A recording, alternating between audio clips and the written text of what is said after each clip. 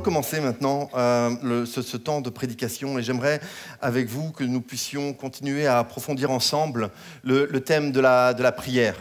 Parce que je crois que c'est un thème tellement important, tellement essentiel, tellement basique dans la vie de l'Église. Et la semaine passée, le pasteur David Carlier nous a encouragés à nous engager encore plus, à nous lever dans la prière, à être des hommes et des femmes, ainsi qu'une église de prière. Et ce matin, j'aimerais vraiment que nous encouragions à persévérer dans la prière, que nous voyons des réponses, des exaucements à nos prières de manière immédiate, ou que nous devions attendre un certain temps de manière différée, quelques semaines, quelques mois, quelques années. Nous croyons que la prière et toutes nos prières sont entendues par Dieu. Et pour illustrer cela, j'aimerais lire avec vous quelques versets dans l'Ancien Testament, dans le premier livre des Rois, au chapitre 18. Et c'est une histoire que vous connaissez sans doute. C'est l'histoire d'Élie avec les prophètes de Baal. Et on s'intéresse souvent à la première partie de cette histoire, mais ce matin, j'aimerais plus accentuer sur une deuxième partie où Élie va prier pour la pluie. Élie va vaincre les prophètes de Baal. C'est une histoire que l'on aime entendre, que l'on aime lire. Il va démontrer la supériorité de Dieu et le feu va descendre et va descendre sur l'autel et nous allons voir ça dans un instant. Mais ce que j'aimerais souligner ce matin, c'est cette persévérance dans la prière d'Élie qui va prier pour la pluie après cet épisode avec les prophètes et la pluie va venir après 3 ans de sécheresse et 3 ans de famine.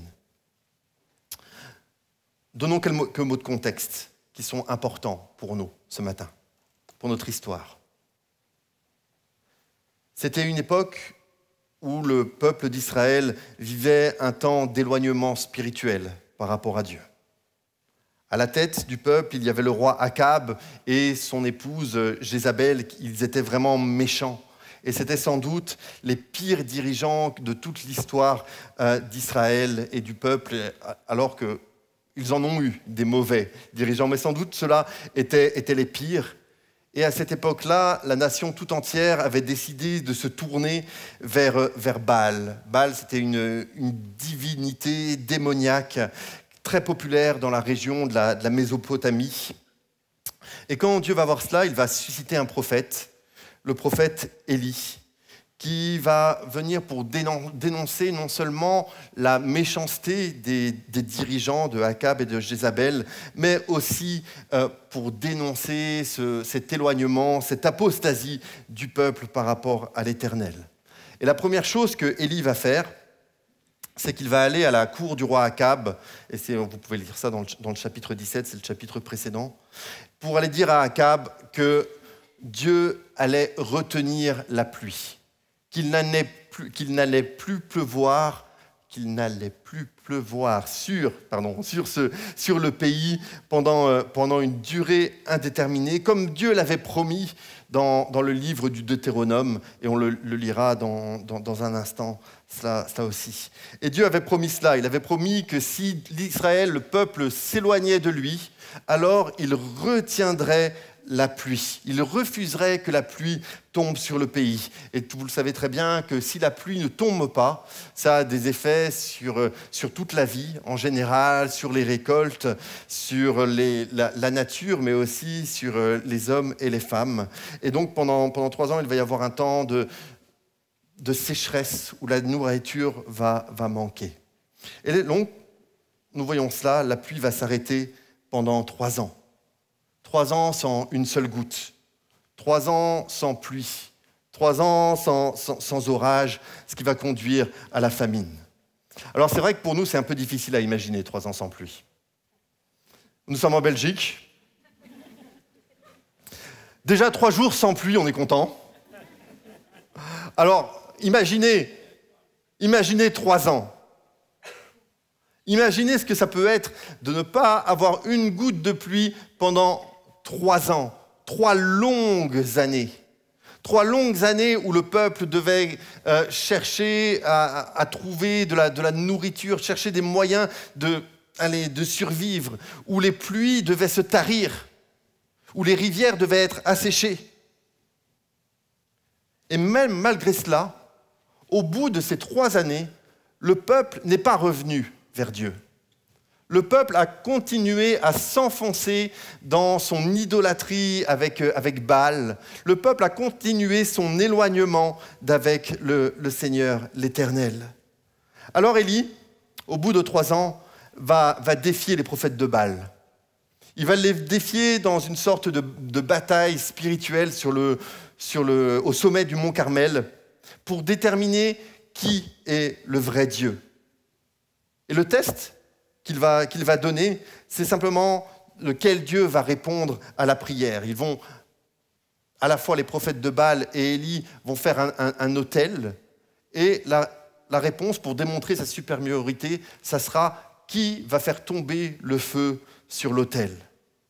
Alors, je ne sais pas si vous êtes déjà imaginé un peu cette histoire, à quel point ça devait être particulier, à quel point ça devait être spécial d'assister à cela, où finalement on voit 450, on pense qu'ils étaient environ 450 prophètes de Baal, et qui pendant, on pense, une demi-journée, ont commencé à prier pour le feu. Et ils ont mis tout leur cœur. Ils l'ont fait avec beaucoup d'ardeur, ils l'ont fait avec beaucoup de conviction, avec beaucoup de passion, de dévotion. Ils ont commencé à prier Baal, ils ont commencé à danser, ils ont commencé à crier, ils se sont même finalement coupés eux-mêmes. Ils ont commencé à se scarifier tout simplement pour que Baal réponde. Et Baal n'a pas répondu. Quelques instants plus tard, Élie vient, et je résume la situation, il vient et il demande au Seigneur d'intervenir. Le feu de Dieu tombe immédiatement et consume l'autel. Le feu de Dieu vient et le peuple alentour commence à le dire, mais c'est le Seigneur qui est Dieu. C'est l'Éternel qui est Dieu. Et ils ont commencé à démontrer, et Dieu a démontré sa supériorité par rapport à ces prophètes de Baal.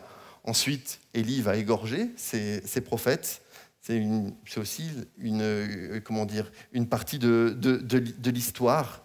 Et c'est vrai on aime cette histoire, on aime ce moment où Dieu démontre sa supériorité, où Dieu démontre son pouvoir, où Dieu intervient d'une manière extraordinaire et fait tomber le feu. Et c'est vrai qu'en tant que pentecôtistes, nous aimons prier pour le feu. Nous aimons prier pour que le feu de Dieu tombe. Et nous aimons cela. Mais j'aimerais aussi, ce matin, que nous n'oublions pas de prier pour la pluie. Et nous allons voir que les 2 prières d'Élie sont un petit peu différentes. Lisons ensemble, premier livre des rois, et ça va s'afficher juste derrière moi. Premier livre des rois, chapitre 18, à partir du verset 41 jusqu'au verset 45. Puis Élie dit à Akab, « Monte, mange et bois, car il y a un grondement annonciateur de pluie. » Akab monta manger et boire. Quant à Élie, il monta au sommet du Carmel et se penchant jusqu'à terre, il mit son visage entre ses genoux. Puis il dit à son serviteur, « Monte regarder du côté de la mer. » Le serviteur monta, regarda et il dit, « Il n'y a rien. » Élie dit 7 fois, « Retourne-y. » La 7e fois, le serviteur dit, « Voici un petit nuage qui s'élève au-dessus de la mer et qui est de la taille d'une paume de main. » Élie dit, « Monte dire à Akab, attelle ton char et descends, afin que la pluie ne puisse pas te retenir. » En quelques instants, le ciel devint noir de nuages, le vent souffla, et il y eut une forte pluie. Akab monta sur son char et partit pour Jizréel. Et à travers cette histoire, ces quelques versets, j'aimerais voir avec vous 4 caractéristiques de la prière d'Élie, quand Élie va prier pour la pluie. Et évidemment, prier pour la pluie, nous ne parlons pas d'une petite prière faite à la va-vite. Nous ne parlons pas d'une prière que l'on peut faire peut-être comme les enfants font le soir en disant, mais avant d'aller se coucher, « Seigneur, tu me bénis, tu bénis ma journée, tu bénis ma famille. » Et je crois que c'est important aussi de faire des prières comme cela. Nous sommes en train de parler de cette prière d'Élie qui va avoir un impact spirituel. Qui va avoir un impact spirituel non seulement sur le climat, parce que la pluie va venir, mais qui va avoir un impact spirituel sur toutes les personnes qui sont autour.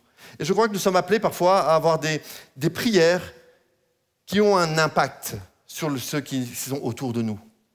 Pas des prières qui se limitent à nos propres besoins, pas des prières qui se limitent à nos propres envies, à nos propres caprices même parfois, mais des prières qui ont un impact, une prière qui peuvent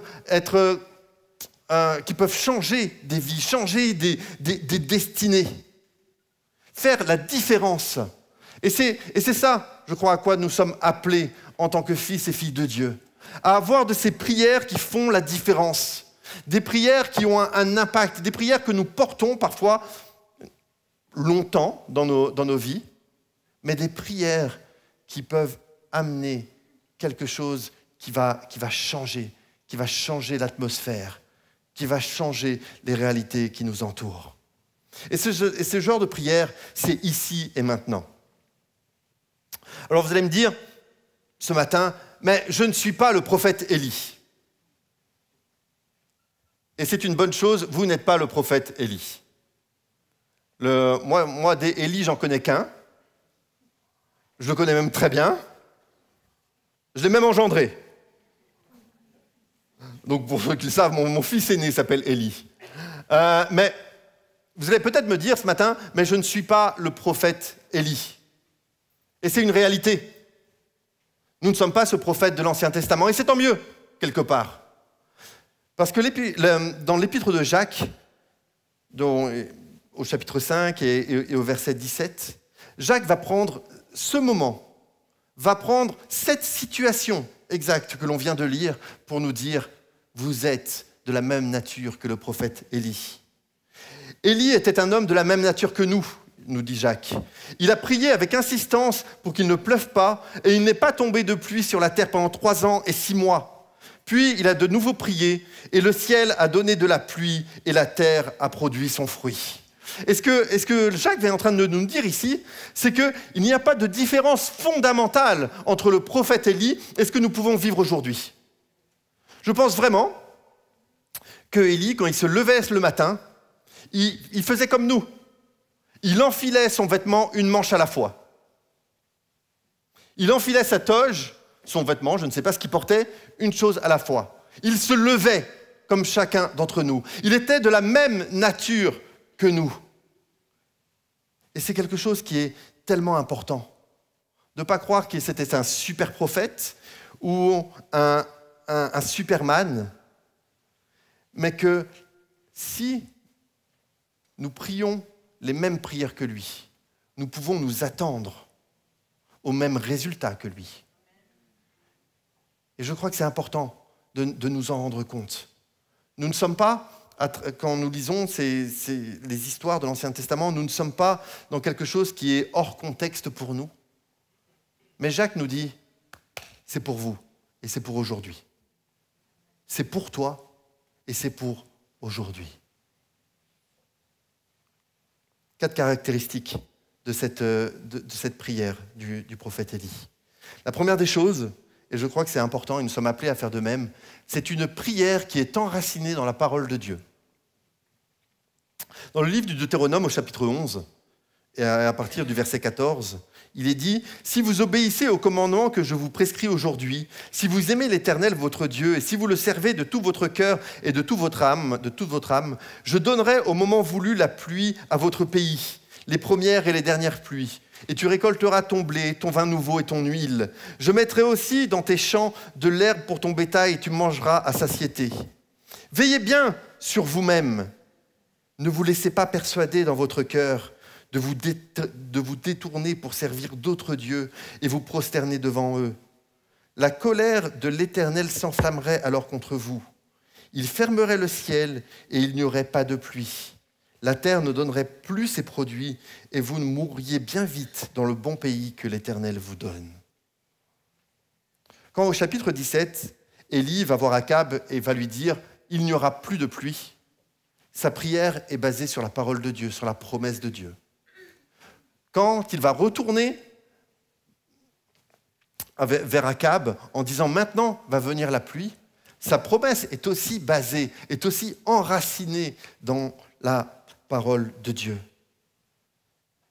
Il va prier les promesses de Dieu. Il va prier ce que Dieu a déclaré dans sa parole. La Bible est un livre de promesses. Certains spécialistes disent qu'il y en a plus de 3000. Et je crois qu'une bonne partie de notre travail en tant que chrétien, il est là. Il est à lire la parole de Dieu et à trouver et à s'approprier les promesses que Dieu nous donne dans sa parole. Nous sommes comme des mineurs. Je ne sais pas si vous avez déjà vu des mineurs, les gens qui minaient, qui descendaient pour chercher du charbon. Moi, j'ai passé une partie de mon enfance dans une ville minière, donc Saint-Étienne, et où les mines étaient vraiment très importantes. Et quand elles ont fermé, ça a été une catastrophe industrielle et sociale, comme d'autres villes. Hein. Ici, on peut penser au bassin de Charleroi ou des villes comme ça en Belgique. Ils minaient et ils devaient aller profondément pour récolter, pour trouver ce qui était important, pour trouver pourquoi ils étaient en train de creuser. La prière n'est pas une liste de souhaits aléatoires que nous présentons à Dieu. La prière, ce n'est pas simplement « pourquoi je vais prier aujourd'hui ?»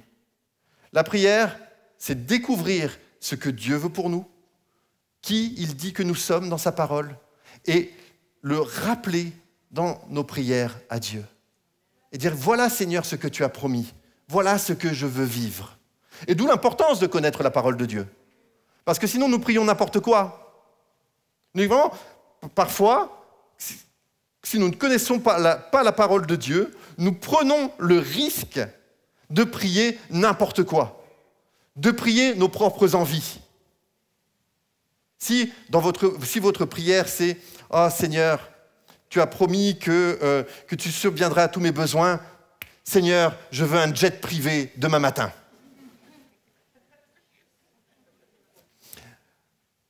Je vous rassure, moi je suis venu en voiture ce matin.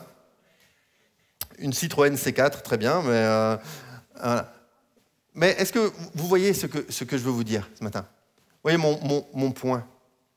Mon point, c'est que si nous ne connaissons pas la parole de Dieu, alors nous prions selon nos envies, nous prions selon nos propres idées, nous prions selon l'image que nous avons de ce que nous devrions être ou de ce que Dieu devrait être.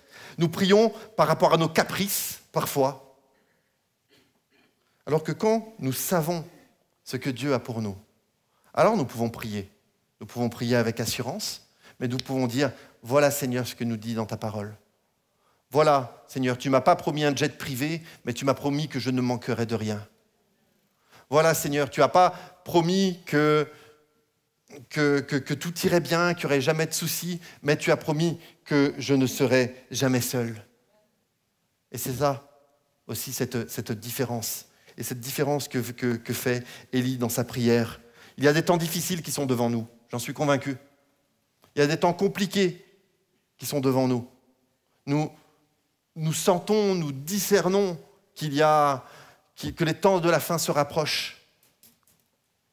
Et j'aimerais vraiment que nous puissions connaître cette parole de Dieu et prier avec assurance, mais prier selon ce que Dieu nous dit. Et que nous soyons comme des mineurs, qu'on prenne son casque, qu'on prenne sa pioche, et que dans la parole de Dieu, on trouve quelles sont ses promesses pour nous. C'est une prière donc qui est ancrée, qui est enracinée dans la parole de Dieu. C'est aussi une prière qui est dirigée par l'Esprit. C'est-à-dire que la parole de Dieu avait déclaré qu'il n'y aurait plus de pluie et que la pluie allait revenir si le peuple revenait à Dieu. Mais ce n'était pas spécifié quand, ce n'était pas spécifié quel jour, ce n'était pas spécifié à quel moment exactement. Et Élie va discerner. Il va discerner dans son esprit et il va avoir cette conviction donnée par l'esprit que c'est le moment de prier pour le retour de la pluie. 2 fois, nous voyons ça au moment où il va vers Akab dire que la pluie va s'arrêter, et nous voyons au moment où il va aller vers ce même roi Akab et qui va dire « Monte, mange et bois, car il y a un grondement annonciateur de la pluie. » C'est quand même assez incroyable ce que Élie va faire en allant vers Akab, parce qu'il va dire à Akab « La pluie va arriver » alors que le ciel est totalement bleu. Si, en général, quand vous faites ça dans un groupe d'amis, que vous êtes en train de faire un barbecue, que le ciel est bleu et que vous commencez à dire « la pluie va arriver » et que le ciel est tout bleu, je ne suis pas sûr que vous soyez vraiment pris au sérieux.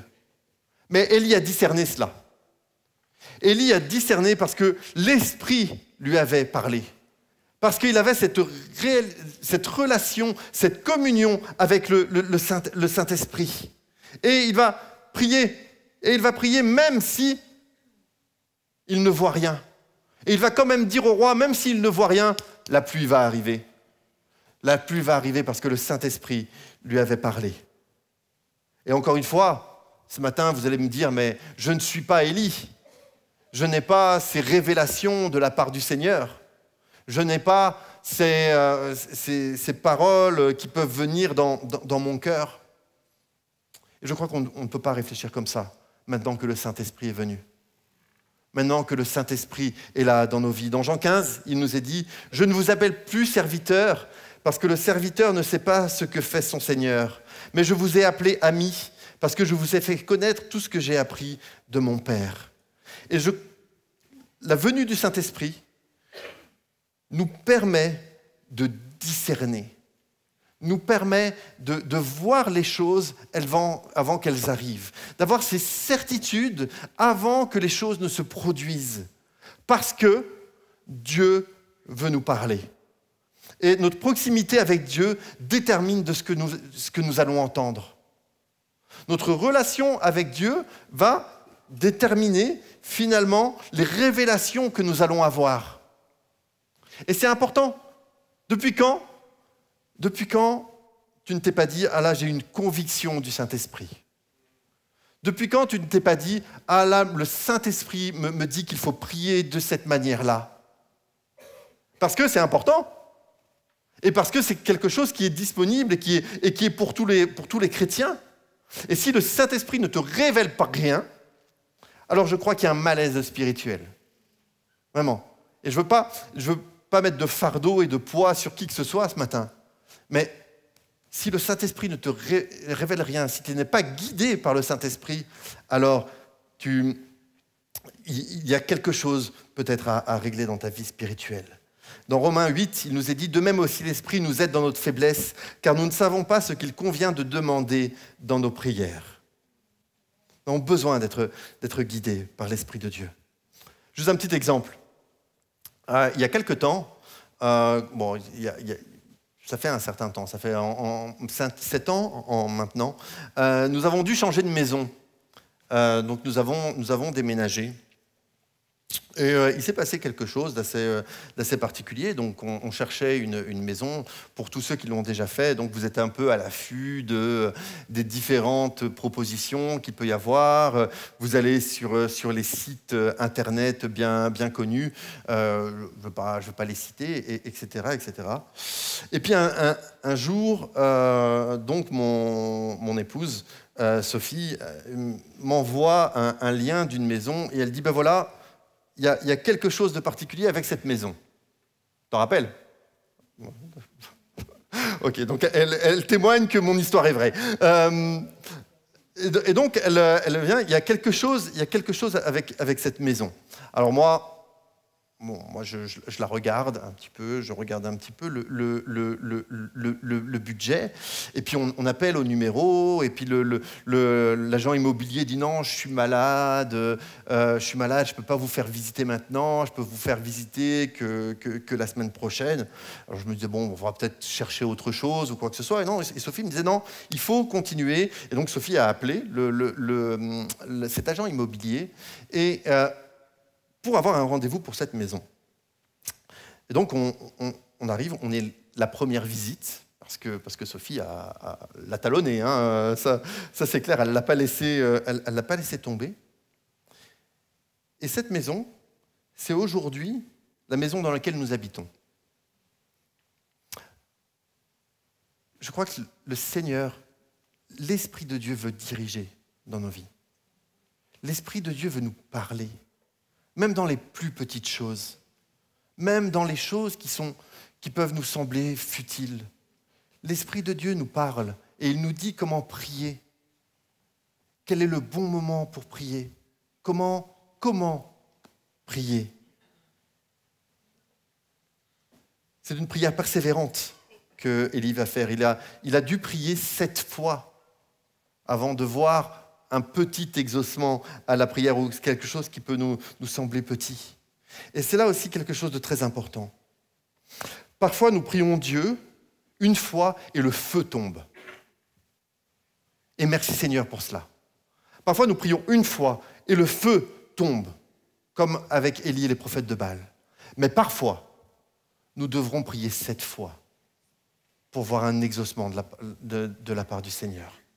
Et on sait que le chiffre 7, c'est un chiffre particulier, c'est un chiffre symbolique dans la parole. Mais imaginez un petit peu le serviteur qui, 7 fois, a dû faire des allers-retours pour aller regarder, voir si la pluie était en train d'arriver. Au bout de 3 ou 4 fois, il a dû se dire, mais est-ce que Élie, il a bien entendu? Est-ce que ça vaut vraiment la peine de retourner voir? Je suis déjà monté 3 fois, est-ce que ça va vraiment faire la différence? Et 7 fois, Élie lui a dit, retourne-y. Élie connaissait la parole de Dieu. Élie savait ce que le Saint-Esprit lui avait dit. Et Élie a persévéré. Et il a continué. Il a continué à prier. Il a continué à finalement à pousser jusqu'à ce que l'Éternel réponde. Combien de temps nous sommes prêts à prier? 7 fois? 7 jours? 7 semaines? 7 mois? 7 ans? 7 décennies peut-être? Et nous avons des sujets de prière pour lesquels nous prions et qui sont là. Et que nous prions pour la pluie. Et la pluie n'est pas encore venue. Et cette histoire est aussi un encouragement à la persévérance. Dans Luc, au chapitre 18, quand il est parlé de cette histoire, de cette parabole du juge inique et de la veuve, il est dit, Jésus adressa une parabole pour montrer qu'il faut toujours prier et ne point se relâcher. Et parfois, nous prions, et si nous ne voyons pas le feu arriver, nous nous décourageons. Nous nous décourageons et nous arrêtons de prier. Nous ne continuons pas. Et on dit « Ah, mais ce n'est pas la volonté de Dieu. Ah, mais j'ai prié, mais le Seigneur n'a pas répondu. » Mais je crois que certaines de nos plus grandes victoires demanderont de la persévérance et du temps. Et continuer encore. Même si tu ne vois rien aujourd'hui, même si tu n'as pas d'exaucement aujourd'hui, de réponse aujourd'hui, il y a demain. Il y a demain. Je crois vraiment que ta prière d'aujourd'hui peut être ta pluie de demain. Et tu continues de prier. Parce que tu sais que ce que le Seigneur a dit dans ton cœur. Parce que tu sais ce que le Seigneur a dit dans sa parole. Alors, évidemment, c'est pas toujours le plus agréable. Parfois, c'est difficile de prier pour les mêmes sujets qui sont là et qui sont lourds dans nos cœurs, dans nos vies. Mais on continue. Parce qu'on veut la pluie. Et parce qu'on sait que la pluie arrive. Et tous les petits encouragements, comme ce petit nuage d'Élie, on le prend pour nous. Et on dit, mais Seigneur, tu m'encourages à ne pas abandonner et à continuer. Et on ne peut pas, on ne peut pas dénigrer les petits commencements. On ne peut pas dénigrer les nuages qui ne sont pas plus grands que la paume d'une main. Parce que ce sont des éléments que le Seigneur nous donne pour nous encourager à continuer à prier et à prier. 4e point, et c'est mon dernier, c'est une prière qui est audacieuse. Il a prié pour la pluie. Alors évidemment, on sait que Élie était un homme avec une relation particulière avec Dieu, mais la prière d'Élie était audacieuse. Mais il savait qui est Dieu. Ce n'est pas une petite prière, mais il avait vu Dieu agir, et il l'avait vu aussi agir avec le feu qui était tombé et les prophètes de Baal. Et il savait que le même Dieu qui était intervenu avec le feu était celui qui pouvait aussi envoyer la pluie. Et parfois, nous pouvons être timides dans nos prières. Parfois, nous pouvons être quand même un petit peu gênés avec Dieu et dire « je ne veux pas trop en demander à Dieu. Je veux pas... Voilà, je vais prier, mais je ne sais pas trop. » Il n'y a pas à être gêné avec Dieu. Parfois, nous n'osons pas. Et nous demandons à Dieu dans la limite de notre compréhension. Parce qu'on veut garder le contrôle, parce qu'on veut maîtriser. On dit, mais Seigneur, agis, mais agis seulement d'une manière que je peux comprendre. Ou agis, mais seulement d'une manière avec laquelle je suis à l'aise. Ou agis, mais agis comme ça. Et je crois qu'on est on est parfois ainsi. On dit à Dieu de la manière dont il doit intervenir et de la manière dont il doit agir. Nous devons laisser Dieu être Dieu dans nos vies. Être celui qui est le Tout-Puissant, le plus grand, le plus extraordinaire, le plus bienveillant, celui qui est plein de bonté, d'amour et de grâce. Celui qui a toutes choses entre ses mains. Et nous avons besoin d'avoir une vision encore élargie de Dieu.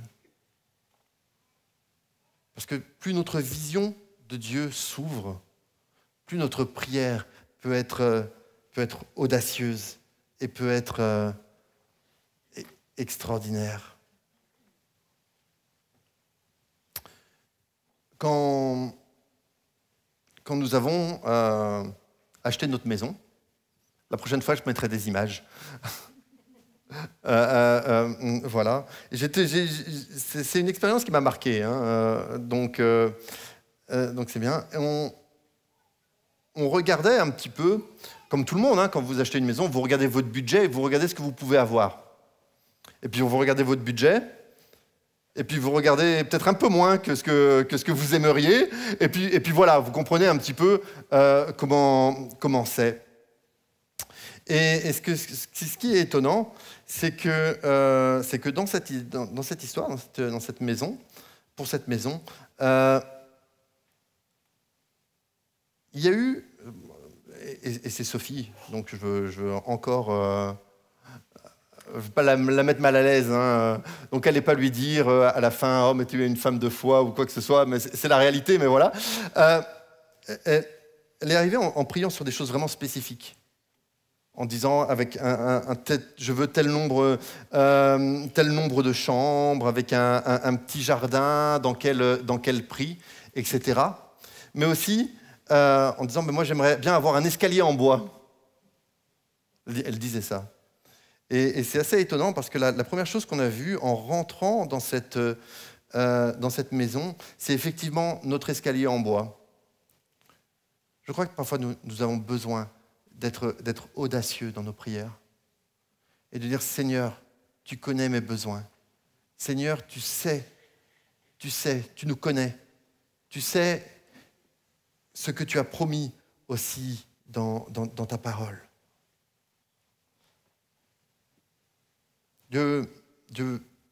Quand Dieu veut faire quelque chose, il commence toujours par interpeller son peuple à la prière. Et c'est important de le rappeler. Ça commence par la prière. Et nous aimons prier pour le feu de Dieu. Et c'est quelque chose que nous devons continuer de faire, une intervention directe, une intervention miraculeuse, une intervention immédiate de Dieu. Mais prier pour le feu n'empêche pas de prier pour la pluie. Et nous avons tous ici des sujets pour lesquels nous prions et dont nous n'avons pas encore eu d'exaucement. Je pourrais même dire que pour beaucoup d'entre vous, en vous regardant, je sais quelle est la pluie que vous attendez dans vos vies. Peut-être que c'est une maladie avec laquelle vous vous battez depuis des années. Peut-être que c'est des frères, des sœurs, des enfants, des petits-enfants qui ne sont pas encore au Seigneur et pour lesquels vous priez et vous priez et vous priez depuis 7 ans, 10 ans, 15 ans, 20 ans, peut-être même plus longtemps. Peut-être que c'est des situations de couple qui sont difficiles ou des relations familiales qui ont été brisées. Et vous priez pour cela. Et chaque jour même, vous priez pour cela. Et ce matin, je ne veux pas vous dire qu'on va prier et que tous les problèmes seront résolus. Ce n'est pas ça. Peut-être que vous devrez encore prier longtemps pour voir un exaucement du Seigneur. Peut-être même que l'exaucement du Seigneur viendra après que vous soyez mort. Mais j'aimerais ce matin que nous puissions être résolus de continuer de prier pour la pluie. Je sais que plusieurs d'entre vous, vous commencez à être découragés. Découragés dans vos situations, découragés dans vos prières, découragés parce que vous voyez uniquement le ciel bleu et qu'il n'y a pas encore les nuages à l'horizon. Découragés parce que vous vous dites « mais Dieu a oublié ma prière ». Dieu a oublié cette personne de ma famille ou ma situation ou ma maladie. Peut-être que ce matin, tu es là et que tu veux simplement abandonner et que tu te dis « mais à quoi ça sert de prier ? À quoi ça sert de continuer ? À quoi ça sert finalement de venir tous les jours devant Dieu si Dieu ne m'écoute pas et si Dieu ne m'exauce pas ? » On va pas se voiler la face, vous savez. Je pense que quand on vient au culte le dimanche matin, c'est bien de venir avec joie, avec reconnaissance, parce que c'est aussi ce que le Seigneur demande. Mais ça n'empêche pas que l'on vient et qu'ici, il y a des situations, il y a des problèmes, il y a des sujets de prière. Et même, je pourrais vous dire, pour chacun d'entre nous, il y a des sujets de prière, que nous continuons de prier et que nous n'avons pas encore vu l'exaucement. Mais nous pouvons dire, nous allons continuer. Même si je ne vois pas la pluie maintenant, je vais continuer. Même si les choses ne se passent pas comme je veux, je vais continuer. Et j'aimerais quelque part que vous puissiez voir aussi mon encouragement de ce matin comme un petit nuage, où le Seigneur vous dit « mais continue, je t'entends, j'entends chaque mot, j'entends chaque pleur. » J'entends chaque soupir de ton cœur. Continuons. Alors peut-être que l'exaucement ne prendra pas la forme auquel nous nous attendons. Et ça, il faut aussi l'accepter de la part du Seigneur. Il faut accepter que le Seigneur a parfois d'autres projets pour nous. Ça, c'est une réalité. Mais ce que j'aimerais, c'est que ce matin, nous puissions nous tenir devant Dieu et dire « Seigneur, tu vois mes sujets de prière. Tu vois ce pourquoi je prie depuis 7 jours, 7 mois, 7 ans, 7 décennies. Mais je vais continuer. Parce que je connais ta parole. Parce que je sais ce que tu m'as dit dans mon cœur. Parce que je veux être audacieux dans ce que je fais prier. Je vais persévérer. Et je veux persévérer non seulement ce matin, mais demain, après-demain et tous les jours qui vont suivre jusqu'à ce que la pluie arrive dans ma vie. Amen. Est-ce qu'on peut prier ensemble ce matin? Oui, Jésus.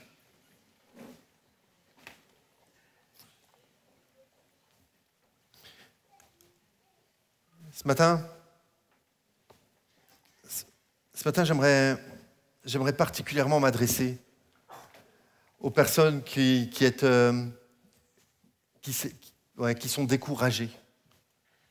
Et vous êtes découragés ce matin parce que vous avez l'impression que finalement, votre prière, vous priez à un mur. Et vous êtes découragés parce que ça fait longtemps et que vous ne voyez pas finalement ce que le Seigneur veut faire. Mais ce matin, j'aimerais simplement te demander si tu veux un encouragement particulier de la part du Seigneur, si tu veux que le Seigneur te dise d'une manière spéciale dans ton cœur, voilà, continue de prier. Simplement, est-ce que tu peux simplement te lever à ta place? Simplement te lever là où tu es.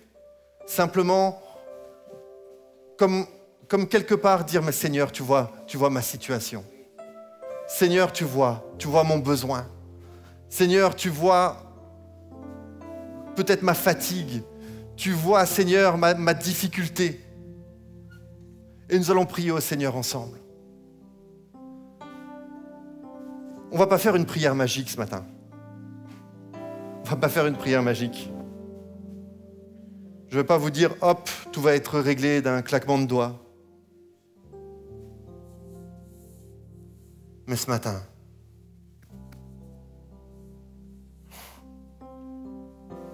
nous avons besoin de cet encouragement du Seigneur. Jésus. Jésus.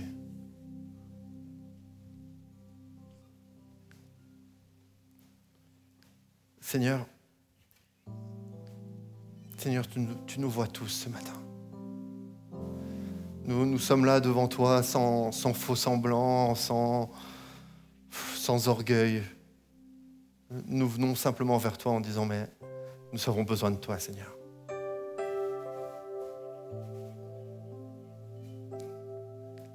Tu vois notre fatigue, tu vois parfois notre incompréhension, tu vois notre besoin, Seigneur, d'être touché par toi, d'être encouragé, Seigneur. Seigneur, ma prière ce matin, c'est qu'aucun d'entre nous ne lâchions, Seigneur. Tu nous encourages ce matin. Tu nous encourages. Seigneur, je te prie que notre prière d'aujourd'hui, notre prière des prochains jours, soit la pluie de demain. Nous te prions, Seigneur, pour la pluie. Nous ne savons pas quand, mais c'est vers toi que nous nous tournons. C'est vers toi que nous nous tournons. Nous savons, Seigneur, que tu prends soin de nous. Nous savons que tu veux notre bien. Nous savons que tu déverses tes bénédictions dans nos vies. Mais Seigneur, envoie-nous aussi un signe, quelque chose pour nous encourager. Seigneur, tu touches chacun d'entre nous ce matin. C'est vers toi que nous nous tournons, Seigneur. C'est vers toi que nous nous tournons, Jésus. Viens nous encourager à continuer. Viens nous encourager à persévérer. Viens nous encourager, Seigneur, à toujours te faire confiance et à approfondir notre relation avec toi. Seigneur, ce matin, nous prions pour chaque situation, chaque personne, Seigneur. Pour ceux qui sont malades, Seigneur. Pour ceux qui vivent des relations compliquées dans leur famille, avec leurs conjoints, avec leurs enfants. Pour ceux, Seigneur, qui prient pour un proche qui n'est pas encore à toi, Seigneur, un frère, une sœur, un enfant, un parent, Seigneur, qui que ce soit. Tu vois, Seigneur, toutes ces prières qui montent vers toi ce matin. Et ce matin, Seigneur, nous voulons te faire confiance. Nous voulons faire confiance en ton temps, nous voulons faire confiance en ton planning, en ton timing, Seigneur. Mais Seigneur, viens et interviens. Jésus, viens et interviens. Je te le demande dans le nom de Jésus. Dans le nom de Jésus. Nous voulons te faire confiance, Seigneur. nous voulons placer notre foi en toi.